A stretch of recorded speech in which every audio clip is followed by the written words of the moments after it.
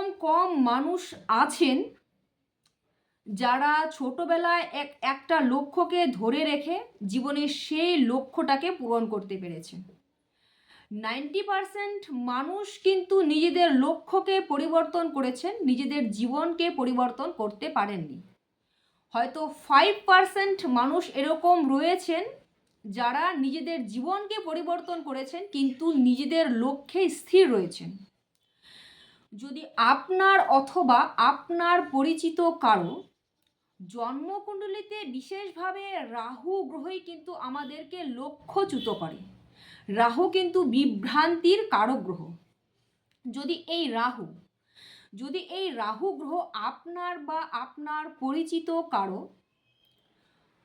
বুধের সাথে কানেক্ট করে অথবা লগ্নপতি, লগ্ন দ্বিতীয়পতি কিংবা দ্বিতীয় ভাব, পঞ্চমপতি কিংবা পঞ্চম ভাব, দশমপতি কিংবা দশম ভাবের সাথে কানেক্ট করে, তাহলে কিন্তু আপনার লক্ষ্যচ্যুত হয়ে যাওয়ার সম্ভাবনা প্রবলভাবে বৃদ্ধি পায়।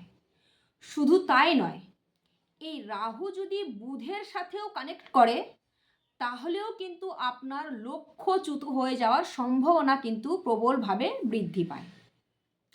যদি আপনার অথবা আপনার পরিচিত কারো জন্মকুণ্ডলিতে এরকম কোনো কানেকশান থেকে থাকে তাহলে কিন্তু এক্ষেত্রে অবশ্যই আপনাদের একজন অভিজ্ঞ জ্যোতিষীর পরামর্শ নিয়ে এই বিষয়টাকে সঠিকভাবে অ্যানালাইসিস করা প্রয়োজন এবং সেই জ্যোতিষীর পরামর্শ নিয়ে নিজের জীবনকে পরিবর্তন করা প্রয়োজন।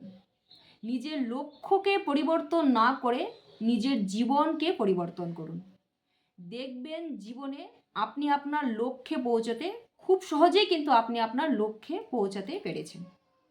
ভিডিওটি ভালো লাগলে অবশ্যই একটি লাইক করে দেবেন। সকলে খুব ভালো থাকুন, সুস্থ থাকুন। জয় শ্রীকৃষ্ণ।